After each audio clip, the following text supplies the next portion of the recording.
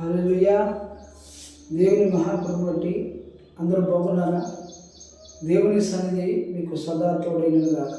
ప్రియమైన దేవుని బిడ్డలారా, మీరు ఈరోజు సోషల్ మీడియాలో చాలా కౌంటర్ వీడియోలు, రకరకాల బోధలు, రకరకాలైన మాటలతో సోషల్ మీడియాలో మీరు చూస్తున్నారు. ఇవన్నీ పక్కన పెట్టి వాటి యొక్క వాళ్ళు చెప్పే మాటలు కావచ్చు, వాళ్ళు చేసే ప్రవర్తన కావచ్చు, అది మనకు అనవసరం. తీర్పు తీర్చేవాడు దేవుడు. అందుచేత మనం చూద్దాం. నేను ఎందుకు అంటున్నానంటే, చూడలేక మనం కాడ కొన్ని విషయాలు వాళ్ళని గద్దిస్తాం. వాళ్ళు మార్చుకోకపోతే మనం ఏం చేద్దాం? మార్చుకోవాలి కదా. ఇప్పుడు మనము మన ప్రవర్తనను మార్చుకోకపోతే, మనము తెలుసుకుని వాళ్ళకి చెప్పినప్పుడు వాళ్ళ ప్రవర్తన మారకపోతే ఎవరు మనం ఏం చేసేది లేదు. ఎందుకంటే తను స్వతంత్రుడు. తను బలవంతంగా మనం మార్చలేం, ప్రలోభాలకు గురి చేసి మార్చలేం. నిందించి వాళ్ళని అవమానపరచడం వల్ల మనకు వచ్చే లాభం ఏంటి? లేదు, వాళ్ళ గురించి మనం ఏదన్నా మారవటానికి బైబిల్ ద్వారా హెచ్చరించు, తప్పులేదు. వాళ్ళ యొక్క ఇప్పుడు మనమే విమర్శించుకుంటే, మనమే తప్పులు వెతుకుతుంటే, దేవుని ఎరగని బిడ్డలు ఎంతమంది మన గురించి చెప్పుకోరా? అందుచేత తప్పు చేసేవాడిని చేయనియండి. ఇప్పుడు మంచి చేసేవాడిని చేయనియండి, తప్పు చేసేవాడిని చేయనియండి. ఎవరి క్రియలు చొప్పున దేవుడు వాళ్ళకి ప్రతిఫలం ఇస్తాడన్నాడు కదా. అంటే వాక్యాలు, బైబిల్ను మాటలు పక్కన పెట్టి మీ ఇష్టానుసారంగా సోషల్ మీడియాలో కౌంటర్ వీడియోలు పెట్టుకుంటూనే ఉంటారమ్మా. అయ్యా బాబు, మీకే చెప్పేది వినండి. ఈ వీడియో ఎంతమందికి చేరుతుందో నాకు తెలియదు, కానీ అర్థం చేసుకోండి. అవన్నీ మానేయండి. మానేసి చక్కని సందేశాలు ప్రజలకు అందించండి. ఇప్పుడు ఎవరికంటే ఎవడు నీతిమంతుడు కాదండి. అందరము పాపులమే, అందరము పాపం చేసిన వాడమే. దేవుని నీతిని, మన సౌనీతి లేదా మన నీతి మురికి గుడ్డ లాంటిది. కానీ దేవుని నీతి పరిశుద్ధమైంది. అంటే దేవుని నీతితో మనం బ్రతకాలి అంటే దేవుని యొక్క ఆత్మచేత మనం నింపబడాలి. నేను బైబిల్ చదువుతున్నప్పుడు ఏప్రిల్కి రాసిన పత్రికలో మనం చూస్తే, మొదటి అధ్యాయంలో మన పూర్వకాలంలో యెహోవా తండ్రి నానా విధాలుగా ప్రవక్తల ద్వారా మాట్లాడాడు. ఆయా సమయం సందర్భాన్ని బట్టి మాట్లాడి వాళ్ళకి ఒక మంచి సొల్యూషన్ ఇచ్చాడు.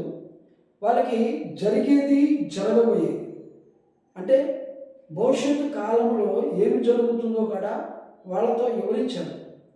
అందుచేత వారు దేవునికి భయపడి లోపడ్డారు కనుక దేవుడు వాళ్ళతో మాట్లాడాడు. ఈరోజు ఈ యొక్క ఇప్పుడున్న కాలాన్ని బట్టి పూర్వకాలంలో ప్రవక్తలతో మాట్లాడిన దేవుడు తన కుమారుని ద్వారా మనతో మాట్లాడుతున్నాడు. కొత్త నిబంధనలో మనతో మాట్లాడుతున్నాడు. ఏ విధముగా మనకి సొల్యూషన్ ఇవ్వాలో, మానవ జీవితానికి ఏది కావాలో దానిని మనకి నేర్పిస్తున్నాడు. అందుచేత ఇంకా మనం నేర్చుకునేవారమే. నాకు బైబిల్ మొత్తం తెలుసు అనటానికి వీల్లేదు. నువ్వు బైబిల్ మొత్తం ఎన్నిసార్లు చదివినా ఏదో ఒక క్రొత్త విషయం మనకు తెలియపరుస్తూ ఉంటుంది.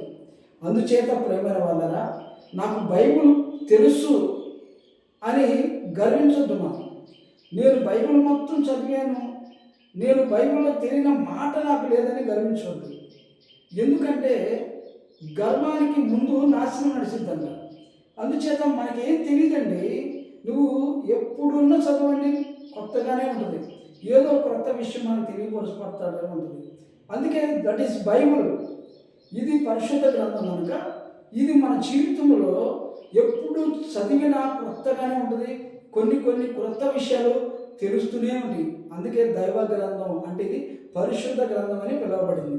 అందుచేత ప్రేమైన దేవుని బిడ్డారా, ఆ రోజు పూర్వకాలంలో దేవుడు నానా విధాలుగా మాట్లాడితే, దేవుడు తన కుమారుని ద్వారా ఈరోజు కొత్త నిబంధన ద్వారా దేవుడు మనతో మాట్లాడుతున్నాడు. ప్రేమైన దేవుడి మాట్లాడా, ఆనాడు ప్రవచనాలు లేదా దర్శనాలు నానా విధంగా మాట్లాడి, ఇదే ఆ దేవుడే కుమారుని ద్వారా భూమి మీదకి వచ్చి తండ్రి కుమార పరిశుద్ధాత్మగా వచ్చి మరి ఆయన కర్తవ్యాన్ని ఆయన నెరవేర్చాడు. అందుచేత ప్రేమైన దేవుని బిడ్డలారా, ఎబ్రీ పత్రికలో మనము చదివితే విశ్వాసంతో కలిగిన మాటలు చాలా కనపడతాయి. దేవునికి విశ్వాసం లేకుండా ఉంటా, విశ్వాసం లేనివాడు అసలు విశ్వాసం లేకుండా దేవునికి ఇష్టడై ఉంటా అసాధ్యమని ఎన్నో విషయాలు మనకు ఇక్కడ చూస్తాం. ప్రేమ నా బిడ్డలారా, విశ్వాసంతో మనము దేవుని యొక్క సన్నిధిలో మన ప్రభువు మనకి ఏది బోధించాలో ఆ బోధించిన దాన్ని దివారాత్రులు మనం చదివి అనేకులకు మనం దాన్ని వినిపించాలి. అప్పుడే వారి జీవితంలో ఒక మార్పు అనేది వస్తుంది.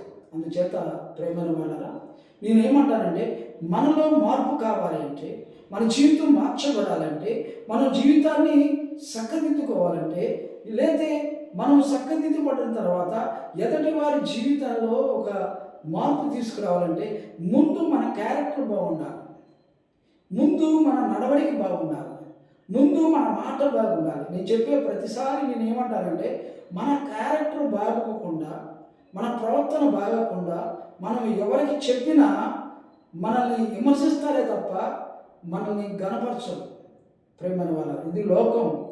మనం అనుకుంటాం మనది ఎవరికి తెలియదులే అనుకుంటాం. మనం చిన్న తప్పు చేసిన సాతానుగాడది దాన్ని ఏమంటారంటే, పూర్వకాలంలో డప్పు వేసి ఓహో అనుకుంటా ఏదో విషయాలు పంచాయతీలో జరిగే విషయాలు ఏమన్నా పంచాయతీలో పలాంది అన్నా ఏదైనా డప్పు వేసేవాళ్ళు, వేసి మొత్తానికి ఊరు మొత్తానికి సాటించేవాడు అన్నమాట. అలాగనే సాతానుడు మనలో ఏదన్నా ఉంది అంటే వాడు మనం అనుకుంటాం ఇది ఎలా లేదని, వాడు ఆల్రెడీ ప్రజల్లోకి తీసుకెళ్ళిపోతాడు. అందుచేత మనం తప్పు చేయాలంటే భయపడాలి, అబద్ధం ఆడాలంటే భయపడాలి, మోసం చేయాలంటే భయపడాలి. అన్నిటిలో మనము పాప విషయంలో భయపడితేనే తప్ప దేవునికి మనం ఇష్టలుగా ఉండలేము. అప్పుడు ఎప్పుడైతే దేవుని బట్టి మనం అన్నిటినీ పాపం విషయంలో భయపడుతున్నామో, ఏ విషయం అయితే మనము దేవునికి విరోధంగా వాటికి భయపడుతున్నామో, అప్పుడు మన జీవితంలో మనము పరిశుద్ధతగా మార్చబడతాం, రూపాంతరం చెందబడతాం. అందుచేత మనం రూపాంతరం చెందబడుతుందంటే నీ ఆత్మ రూపాంతరం చెంది నీలో ఉన్న పరిశుద్ధాత్మ దేవుడు నిన్ను అత్యున్నతముగా నిన్ను నడిపిస్తూనే ఉంటాడన్నమాట. ప్రేమైన వాళ్ళారా, అలాంటి జీవితాన్ని మనం కోరుకుందాం. అందుకే నేనేమంటానంటే, ప్రేమైన వాళ్ళారా, అర్థం చేసుకోండి. ఈరోజు మన లైఫ్ ఎలా ఉంది, మన భవిష్యత్తు ఎలా ఉంది, మన ఫ్యూచర్ ఎలా ఉంది. ఈ రోజున ఎక్కడన్నా చూడండి, మనము బైబిల్ తీసుకుని ఎంతోమంది మనం చూస్తున్నాం సోషల్ మీడియాలో, బైబిల్ పట్టుకుని ప్రైజ్ లార్డ్ అంటాడు, ప్రైజ్ లార్డ్ అంటారు, ప్రైజ్ లార్డ్ బెదర్, వందనాలు బెదర్, ప్రైజ్ లార్డ్ బెదర్ అని, ప్రైజ్ లార్డ్ బెదర్ అని మనం చెబుతా. అక్కడ అర్హత లేదు. ఎందుకంటే సార్, దేవుని క్రియలు నీలో లేనప్పుడు ప్రైజ్ లార్డ్ అనే అర్హత మనకు ఉండదండి. అది గుర్తుపెట్టుకోండి. దేవునికి మహిమ కలుగును కాక. అలాంటి అర్హత కోల్పోయిన నీవు మోకరించి ప్రార్థించి అర్హత సంపాదించుకో, అర్హత సంపాదించుకో. ఎందుకు మోసం చేయటం, ప్రజల్ని మోసం చేయటం ఎందుకు? మన గురించి గొప్పగా చెప్పుకోవాలని ఎదవ ట్రిక్కులో ఏదంటారు, అలాంటి ట్రిక్కులు మనం చేయటం ఎందుకు? ప్రజల్లో అవమానపడడం ఎందుకు? ఏదో ప్రజలు నన్ను ఫోన్ చేసి నాకు అంతమంది ఇంతమంది అని మీరు చెప్పుకోవటం ఎందుకు? ఇవన్నీ తగవండి ప్రేమైన దేవుని బిడ్డలారా. ఇలాంటివి సేవకులకు తగవు. సేవకుడు అనేవాడు ఎలా ఉండాలంటే అనేక మందికి ఉపయోగపడేవాడులాగా ఉండాలి. ఒకటి మన ద్వారా ఎవరికి హాని కలగకుండా ఉండాలి. ఇంకోటి ఏంటంటే, మనము వేసే ప్రతి అడుగు పవిత్రమై ఉండాలి, మనం మాట్లాడే విధానం పవిత్రమై ఉండాలి, మన చూపు మన ఆలోచనలన్నీ కూడా పవిత్రంగా ఉండాలి. అలా ఉన్న రోజునే దేవుని యొక్క చిత్తంలో మనం నడపగలుగుతాం. అలాంటి కృప మనకి దేవుడు దయచేయాలి కదా. అలాంటి కృపలో మనం నడిపించబడాలంటే ముందు దీనుడిపై ఇరిగి నలిగిన మనసుతో నువ్వు పశ్చాత్తాపం పొంది ప్రభు దగ్గర వేడుకొని నీ పాపపు జీవితాన్ని, రోత జీవితాన్ని విడిచిపెట్టుకుంటే తప్ప అది మన దగ్గర నుంచి వెళ్ళదు. అందుకని దేవుని బిడ్డలారా, దురాత్మ పట్టిన సహోదరులారా, ఎవరైతే దురాత్మ చేత నడిపించబడుతున్నారో సోషల్ మీడియాలో, ఎవరైతే దురాత్మ ద్వారా మీరు నానా విధాలుగా మాట్లాడుతున్నారో, దేవుడు మీలో ఉన్న ప్రతి దురాత్మ పారదోలి ఒక మంచి దేవుని ఆత్మతో మీరు నింపబడాలని నా ఆశ. అందుకే నేను ఈ మాట అంటున్నాను. మనము దేవుని ఆత్మతో నింపబడి అనేకులకు ప్రయోజనకరంగా మనం జీవించాలి. అలాంటి కృప దేవుడు మనకు దయచేయాలని నేను ఆశపడుతున్నాను. అందుచేత మరి మనం చాలా విషయాలు బైబిల్లో మనం చూస్తే, నేను పరిశుద్ధుని కనుక మీరు పరిశుద్ధుడే ఉండమన్నాడు. ప్రేమను దేవుని పిల్లలారా, మనము దేవుడు పరిశుద్ధుడు కనుక మనం పరిశుద్ధమైన జీవితాన్ని జీవించాలి. ఎప్పుడైతే పరిశుద్ధమైన జీవితాన్ని మనం జీవించగలిగితే, ఎప్పుడైతే దేవుని యొక్క దర్శనము మనం చూడగలుగుతాం, దేవుడు మనతో మాట్లాడుతున్నప్పుడు ఆయన మెల్లని స్వరముతో నీతో మాట్లాడాలంటే ముందు నీవు నిలువెల్లా పరిశుద్ధతో నింపబడి దేవుని ఆత్మచేత నువ్వు నింపబడినప్పుడే దేవుడు నీతో మాట్లాడటానికి ఆయన స్వరము ద్వారా మనకి వినిపిస్తాడు. ప్రియమైన వాళ్ళ, నువ్వు కష్టంలో ఉన్నప్పుడు, నువ్వు బాధలో ఉన్నప్పుడు నీకు సొల్యూషన్ ఇవ్వగలిగిన దేవుడు మనతో మాట్లాడతాడు. నేను ఇంకో విషయాన్ని చెబుతా, దేవుడే మనతో మాట్లాడాలి, ఆయన స్వరమే వినపడాలని ఆసక్తితో నువ్వు ప్రార్థన చేసి స్వరం వినొచ్చు. కానీ అంతకంటే గొప్ప విషయాలు దేవుడు ఆల్రెడీ బైబిల్లో మనతో మాట్లాడుతున్నాడు. ప్రతిరోజు మనకు తెలిసిన రోజు ప్రతి ఒక్క మాట దేవుడు మనతో మాట్లాడుతున్నాడని దేవుని మాటల్ని మనం పరిశుద్ధంగా తీసుకోవాలి. అప్పుడు మన జీవితంలో ఒక గొప్ప లైఫ్ మనకు దొరుకుతుంది. అటువంటి జీవితం దేవుడు మనకు దయచేయాలని, అటువంటి కృప మనకు అనుగ్రహించాలని ఆశపడుతుంది. అందుచేత ఈ మాటలను మీ యొక్క అంతరంగంలో పరిపూర్ణత తీసుకురావాలని ఆశపడుతూ, మిమ్ములను మీ బిడ్డలను సదా దేవుని ఆత్మ తోడేండి నడిపించి సంరక్షించునుగాక. ఆమె ప్రార్థన చేసుకుందామండి. మహాగరుడును పరిశుద్ధుడైన మా తండ్రి, యూట్యూబ్ ద్వారా వింటున్న బిడ్డలు తండ్రి, వారందరి జీవితాల్లో మీ కృప దయచేయండి, నడిపించండి. ఎక్కడ అపాయం లేకుండా తీసివేయండి. బిడ్డలు నాయన వారి యొక్క లోకపరమైన ఆశల్లో, కోరికల్లో ఉంటే తొలగించి సంపూర్ణమైన ఈ వాక్యం వాళ్ళ హృదయంలో నాటబడి 100 30 పడించే భాగ్యం దాచి. ఎంతమంది అయితే ఈ వీడియో ప్రభా ఎంతమందికి రీచ్ అవుతుందో, ఎంతమంది చూస్తున్నారో, తప్పకుండా ప్రభా వాళ్ళు సబ్స్క్రైబ్ చేసుకుని ప్రభా వాళ్ళు అనేక మందికి లైక్ చేసి నాయన ఈ యొక్క ప్రసంగాన్ని అనేక మందికి చేరేలాగా నీ బిడ్డల్ని ప్రేరేపించండి, మీ సహాయం అనుగ్రహించమని ప్రార్థిస్తుంది. ప్రభా ఈ వీడియోను చూస్తున్న ప్రతి ఒక్కరూ లైక్ చేయాలని, వారు లైక్ చేయడం వల్ల అనేక మందికి ప్రజలకు రీచ్ అయ్యి వారు ఎవరైతే నా తండ్రి ఈ వీడియో చేరుతుందో, ఎవరైతే చూస్తున్నారో ప్రతి ఒక్కరూ లైక్ చేస్తే ఇది అనేక మందికి వెళ్ళి వాళ్ళ హృదయాలను కదిలించి సంపూర్ణత మార్పులోకి వస్తారని నేను ఆశపడుతున్నా. ఆ కృప మీరు నీ బిడ్డలకు దయచేయండి.